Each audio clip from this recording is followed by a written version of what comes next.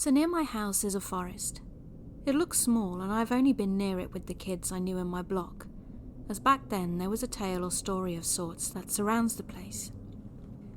If you know, if you see, don't go too far, for if you do, the man made of wood will get you. He is made from the trees, his eyes are made with greed, for if you see him late at night, run, run, run. It was a creepy tale I'd never cared for. I was a good kid, and if you knew me back then, I was different from the boys in my town. I was kind of like that perfect girl. Because for one, I had light blonde curly hair, and I hated most sports. I liked art, singing and stories, and I was very kind and trustworthy, but gullible. I was made fun of that I was a girl. That all took place to begin with when I was 8, when me and this girl from my block were playing on her trampoline. We got bored, so we were telling scary stories. But little did I know she had something up her sleeve as she got her older brother I had never met to dress in a clown costume.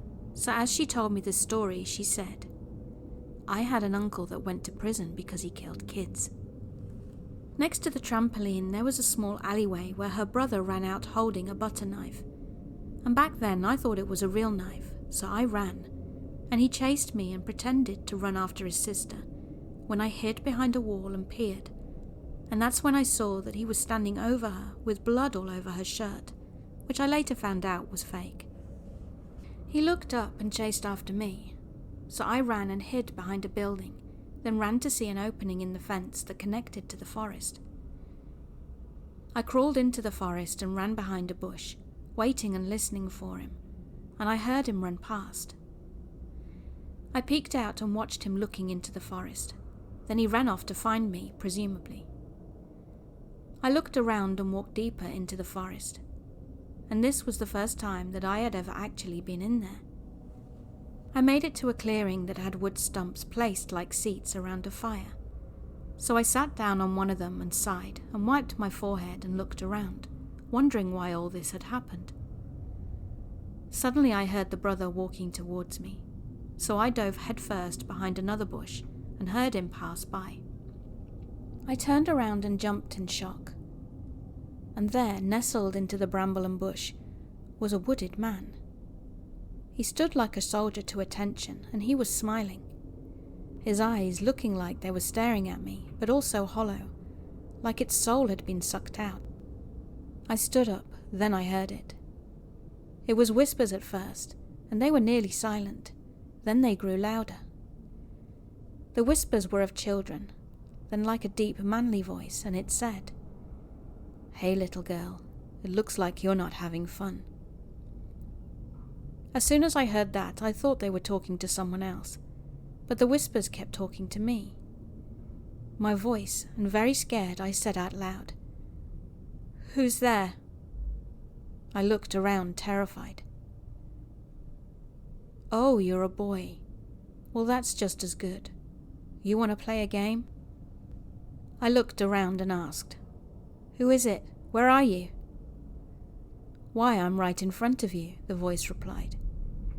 But in front of me was the wooden man. I looked closely, and its position had changed. Its hands were closed and its eyes wider, and it now spawned a wild look.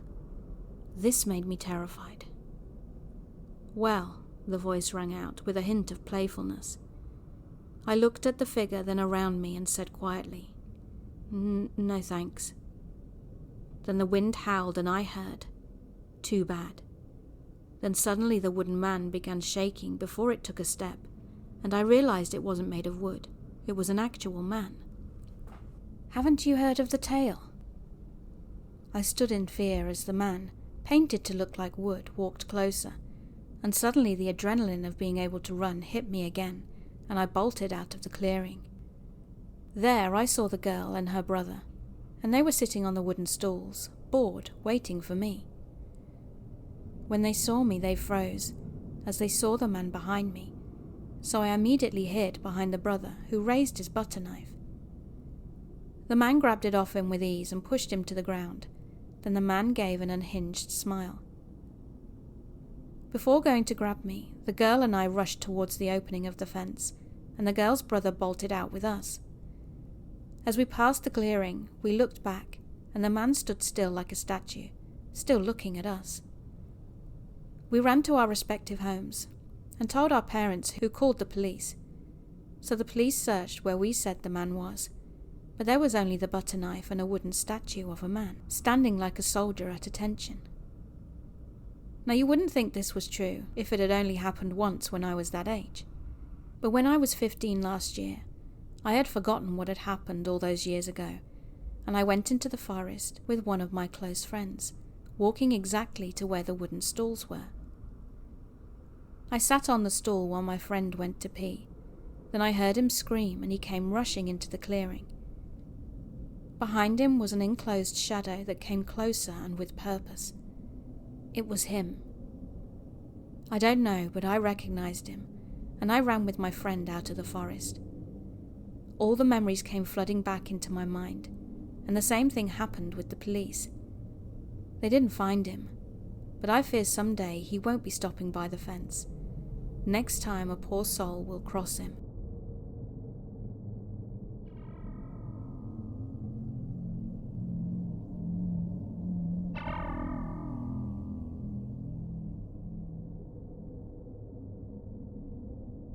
So this happened 2 days ago, where I, a 25-year-old female, was on a date with a girl who was 21, who we'll call Lex. It was going really well, and we'd been talking for the better part of a year. Her co-worker invited us and her roommate, a 25-year-old male, who we'll call Kyle, to a party. It went really well, and we had a blast. And on our way back, he drove in front of us while we took her motorcycle back and followed him. Now this is where it all went wrong. He randomly turned into a parking lot, so we followed him, but it turned out he had passed out in the driver's seat. We hadn't realized he was that drunk. Lex tried to wake him up, and when he got out of the car, he just started beating the crap out of her. So I ran over and pulled him off her, and started beating him. I put up a good fight until he pulled me to the ground and started strangling me. Then he grabbed me by the hair and started bashing my face into the pavement repeatedly. Also, this guy is 6'2" and I'm 5'3", so I started to fight back even harder to get him to stop, because I thought he was going to kill me. So I clocked him really hard and he stood up, bleeding all over me, and said, "I'm gonna fucking kill you." At this point, Lex picked me up from the ground and just screamed, "Run." So we ran in opposite directions into the woods and he followed me. I was much faster, so I was hiding in the woods while he walked around calling out, "Oh, Gabby, come out, wherever you are. I'm gonna kill you." So I wound up army crawling through the woods so he couldn't see me, and hiding there until I couldn't hear him anymore. Lex had run in the opposite direction, so she wound up by the road and I flagged down a rando to call the cops, and they came and found me hiding in the woods. He'd broken her jaw and may have fractured my skull. I'm still waiting on the CT results. So yeah, there you have it. Hands down the most terrifying thing I've ever been through.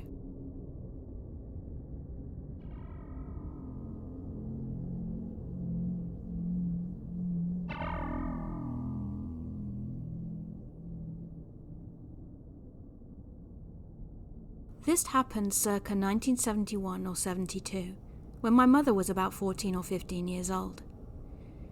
The incident occurred in a heavily wooded area near Montevallo, Alabama, which is close to Birmingham. My mother is the eldest of 5 children. She has 3 sisters and a brother, who is the baby of the family, and one weekend during the cooler months of the fall, my grandfather decided to take the whole family, my grandmother, my mother, and all my aunts and uncles, so 7 people in total, into the woods for target practice with a rifle. My mother grew up quite poor and they didn't always live in the best neighborhoods, so my father wanted to teach the kids how to defend themselves with the rifle if needs be. Now, like I said, it was later in the fall, so the trees were bare and there were lots of leaves on the ground. The wooded area was just off a dirt road, so this was a fairly rural area they were in. And since it was so far off the beaten path, my grandfather became startled when he heard the roar of a car engine deep in the woods. My mum remembers the car as being a blue Ford Galaxy. Despite the fact that my grandfather had a gun, he totally freaked out and told my grandma and the kids to hide under a pile of leaves in the woods. He hid with them when the man in the driver's seat got out, dragged a woman's body out of the car and just dumped her there and drove away. After my grandfather was sure the man had gone, everyone came out of hiding, and the woman sat up and stared them straight in the face. My grandfather asked the woman if she needed help, and she said no, she would be fine. She didn't seem to be injured and obviously didn't want help, but she hadn't put up a fight with the man when he was dragging her out of the car, so we assumed she must have known him. So my grandfather cut the shooting lesson short and decided to rush the kids home to safety. Well, on the trail back to the dirt road where my grandfather had parked their car, they passed the man in the blue Ford Galaxy driving out of the woods. My mum looked over and noticed that he had a huge machete lying across the front seats right beside him, so my grandfather made sure that the man could see that he was carrying a rifle. But everyone was careful not to give away what they had just seen. The man struck up small talk with my grandfather, asked him how he was doing and what they were doing out in the woods. My grandfather explained that he had just taken his family out for some target practice with the rifle. Then the man told him to have a nice day and continued driving. The next day, my grandfather went back out to that spot in the woods, and thankfully there wasn't a body there. However, he did find the woman's wig, her purse, some Kleenex and a pair of eyeglasses. He collected the items and took them home, and according to my grandfather, that area of the woods was known for having shallow graves and being a dumping site for bodies. My mother became hysterical when he walked in the door carrying that stuff and started screaming, "He killed that lady!" My grandfather ended up taking the items to the police station, but my mum doesn't think anything ever came of it. She never heard anything else about it after that. However, later on she did hear one other thing about it. Early the next morning, my grandmother called my mum when she arrived at work, just before the kids left for school. She told them not to take the bus that day, and that she would come home and pick them up and drive them to school. When my mum asked why, my grandmother said, "Because that car is waiting for you at the bus stop."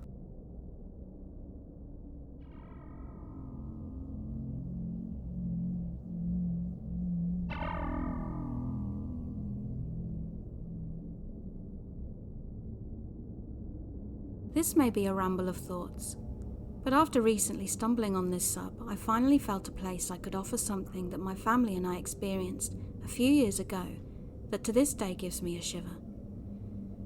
I had been camping, solo backpacking and hunting my whole life in Oregon, and felt comfortable in the woods and have a deep respect for nature. A few years ago, my wife, daughter and 2 German Shepherds went camping north of Mount Jefferson, Oregon. We found the perfect setup for us and our 2 dogs who need the privacy, since they are intimidating to other dog owners and can be loud when spooked. So it wasn't an established campsite, just a nice horseshoe of a road that had flat ground, full trees, and a fire pit. The first night, my daughter wanted to sleep by herself in a 2-man tent right next to ours. It was maybe 2 feet away from me and my wife's tent, but we made the male German Shepherd sleep with her in the tent. Guts is his name. That whole first night, neither my wife or I could sleep. We both heard footsteps, and they were heavy, not like typical forest critters scampering around the night.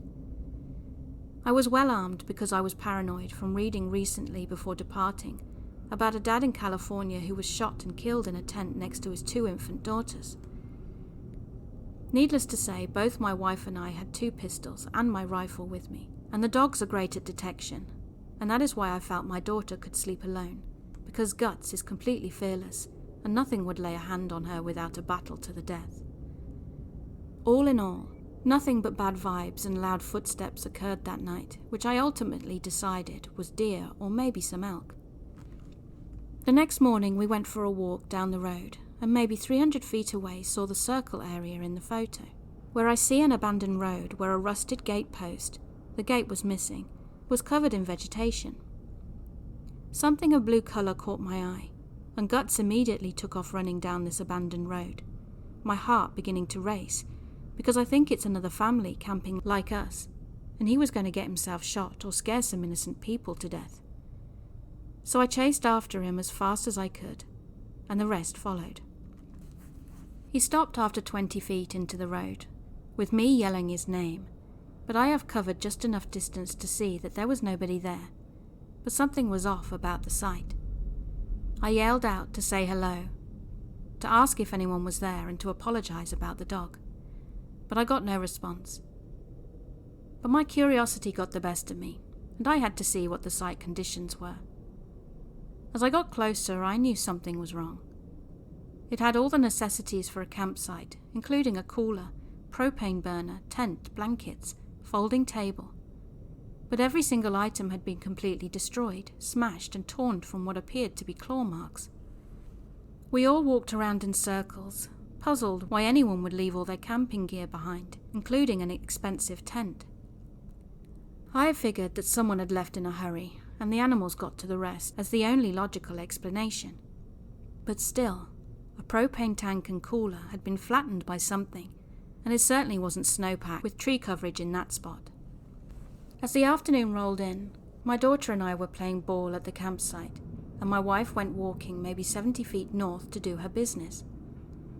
I didn't have a direct line of sight on her, but all of a sudden I saw Guts make a mad dash straight towards her. Normally he would always be with me unless he was called over, but she hadn't called him. His speed and focus caught my attention, and I knew something weird was happening. So I ran over there and my wife started jogging at me, so I immediately drew my pistol.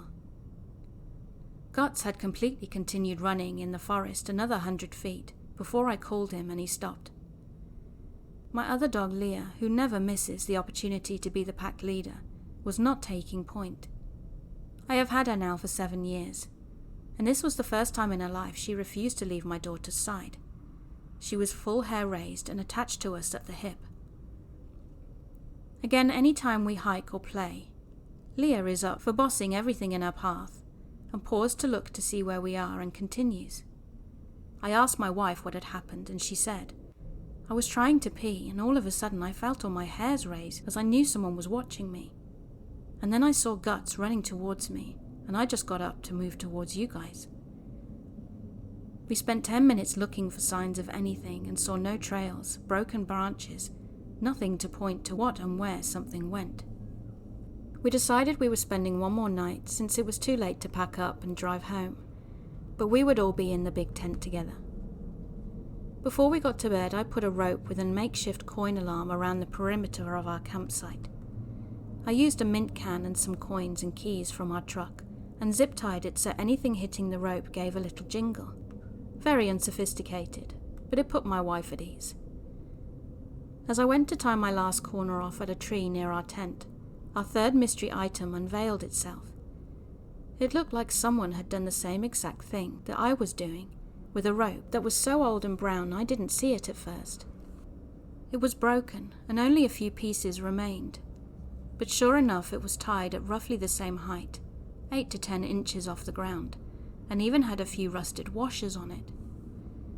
I immediately felt someone had stayed here before and put the same makeshift warning system on the same tree, maybe 10 to 15 years ago, based on the condition of the rope.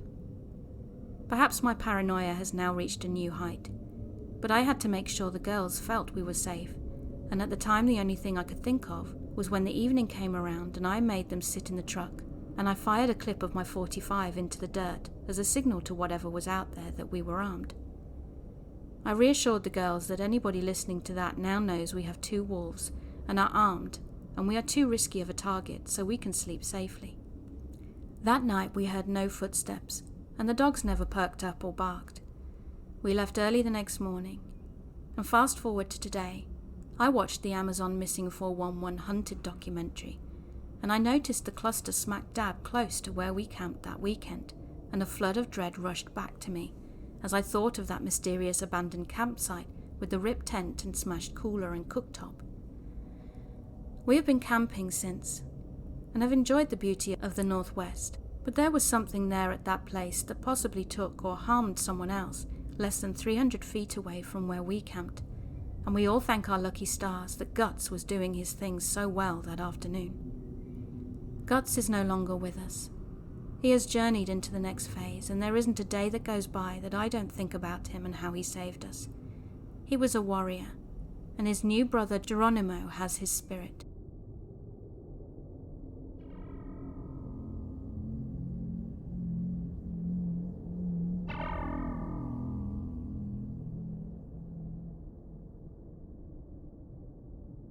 At the time of this story, I was 14, and as well as being young, I had also developed crippling anxiety and depression. All I'll say is that I was and still am very vigilant about my surroundings. On this day, I had planned to stay at the night at a friend's house who I'd never stayed at before, as we always stayed at mine. For you to understand this story, I need to explain the layout of the house. It was located on a sloped hill, and when you drove down a steep road, the first part of the house you would see was big and expansive.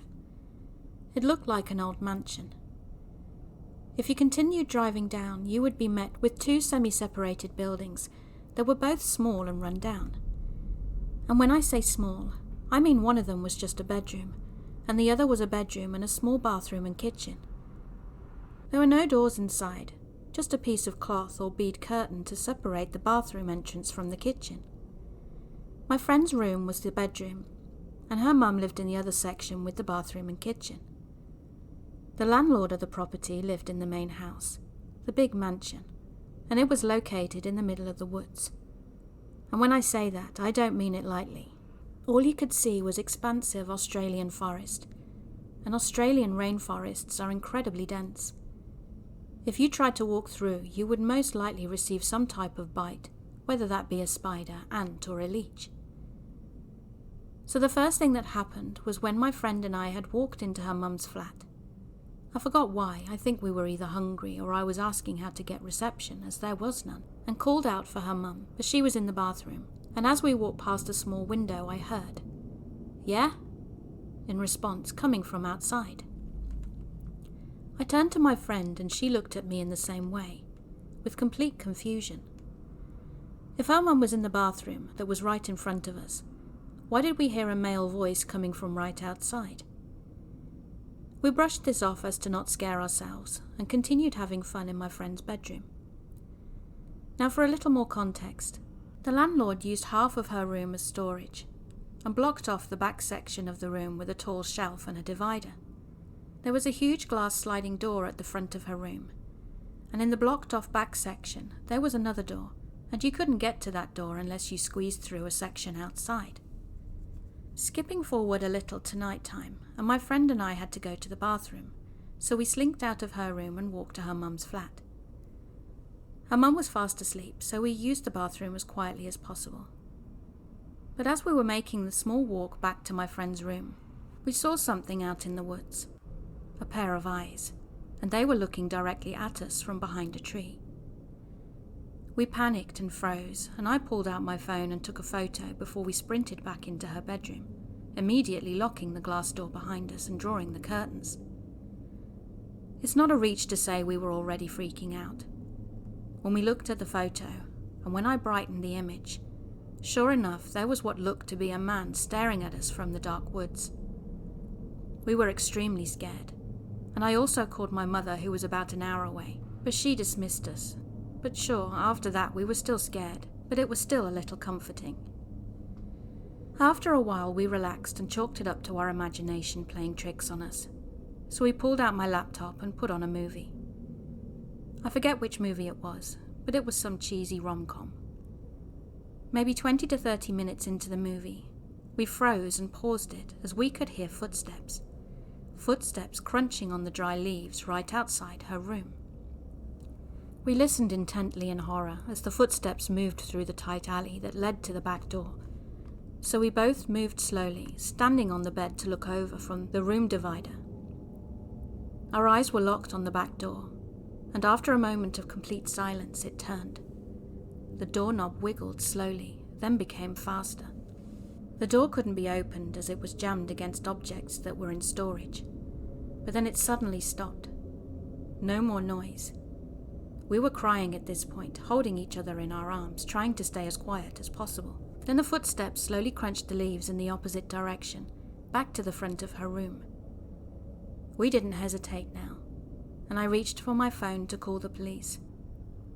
After trying to explain the situation to the operator on the other end, in tears the whole time, she told us a unit was being dispatched and to stay where we were. Just then, as we were still crying and hyperventilating, we heard a phone suddenly ringing. It sounded like an old landline phone, one with the harsh and loud beeping. It was coming from the landlord's mansion. We waited silently, listening to the drawn-out ringing of his phone, and after what felt like at least 2 minutes, it stopped, and we heard his voice as he talked to the operator. At this time, we both noticed another thing: fingerprints on her window. These windows were slated glass that you could open up with a lever, so whoever had left these prints had reached up, cupped their hand around the top of the glass and dragged their fingers on the dust. It definitely wasn't there before. Soon the landlord walked to her mother's unit and told her that the police had called him. He seemed extremely upset and told her that he'd made sure they didn't send a unit, and her mother came to my friend's room and we explained the situation. Both the landlord and her mother didn't seem too bothered by the fact that a man had just tried to enter our room. But I couldn't stay the night, and neither could my friend.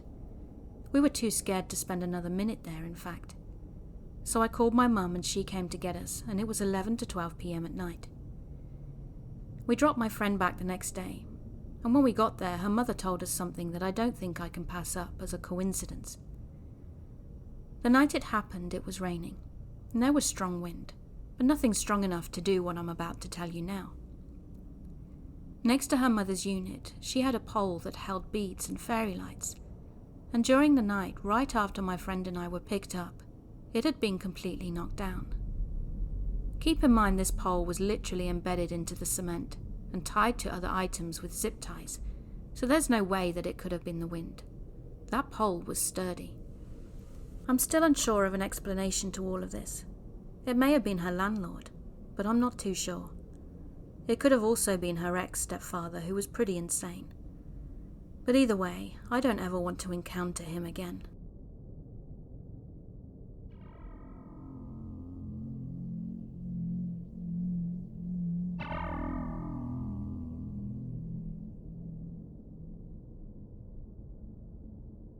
I'm from Northern California, and I've spent a lot of time backpacking and primitive camping in various parks throughout the region. I've never been a big fan of car camping, simply because people are trouble, and I aim to avoid them out in nature. This incident further solidified my original feelings, and has prevented me from doing any camping at any more populated sites since. A couple of years back, 2 of my girlfriends and I decided on a whim to head north and camp alongside the Yuba River. We had a decent day swimming and sunning ourselves on the rocks before we headed back to camp to cook dinner. All in all, it had been a lovely day. We were all sleeping in separate tents, and I should mention that one of my friends is a heavy sleeper, and the other had had a fair amount to drink, so was out cold. Around 2 a.m. I woke up suddenly. I was disorientated, and it took me a moment to realize that the sound I was hearing was a woman in distress. She was desperately pleading with someone, and her cries became hysterical screams, it quickly becoming evident that she was being beaten. Without thinking, I exited my tent and attempted to wake my girlfriends. I was panicked and frightened, and my instinct was to avoid making too much noise, but I was unable to stir either of them. I felt like I was virtually useless, and would likely get myself injured or worse if I were to intervene. But I couldn't sit idly by while someone was being hurt. So I grabbed my buck knife, and with the moon high overhead, I cautiously crept towards the commotion. As I faltered towards the clearing of their campsite, suddenly to my left I heard loud footsteps, and a man emerged from the woods. He gestured for me to keep quiet, and his confident and frankly pissed demeanour and gait put me instantly at ease. I could hear a kerfuffle, and shortly after, the man emerged with the woman, a young boy, and 2 chihuahuas. She was overwrought and didn't want to be near the man who had come to her aid, insisting she only wanted to speak with me. She told me they were in between housing and that this was an isolated incident, but the abuse had clearly been prolonged and frequent considering she had old bruises and injuries all over her body. I recognize now that I could have handled what would be the remainder of the night in a smarter and safer way, but live and learn, I guess. There was no cell service and she didn't want to leave the campground, so I offered my tent to her and her son and slept in my truck. By the morning light, she was gone. I felt completely deflated and depressed. What was supposed to be a light-hearted getaway had turned heavy and bleak. I made coffee for my campmates and we discussed the events of the night, ultimately deciding we just wanted to go home. We packed up and I thought to brush my teeth before hitting the road, but as soon as I was going to town, all of a sudden this absolute ghoul of a man began trudging up the hill towards me. He was tall and scrawny, prematurely balding, and looked clammy as hell. He was screaming "fucking bitch," and it was readily apparent that this was the culprit from the previous evening, and he began frantically scanning the forest floor, eventually picking up a large rock while honing in on me. Instead of feeling afraid now, I was livid. I happened to be a domestic abuse survivor, and even if this weren't the case, this slimy piece of trash was threatening me. With toothpaste foaming at my mouth, I shouted back that he was a coward, but I guess he thinks he's a big man because he's not afraid to hit a woman. I like to think I looked rabid. Long story short, another man burst through the trees and clotheslined the loser. So yeah, I'm not really afraid of wildlife, just us humans.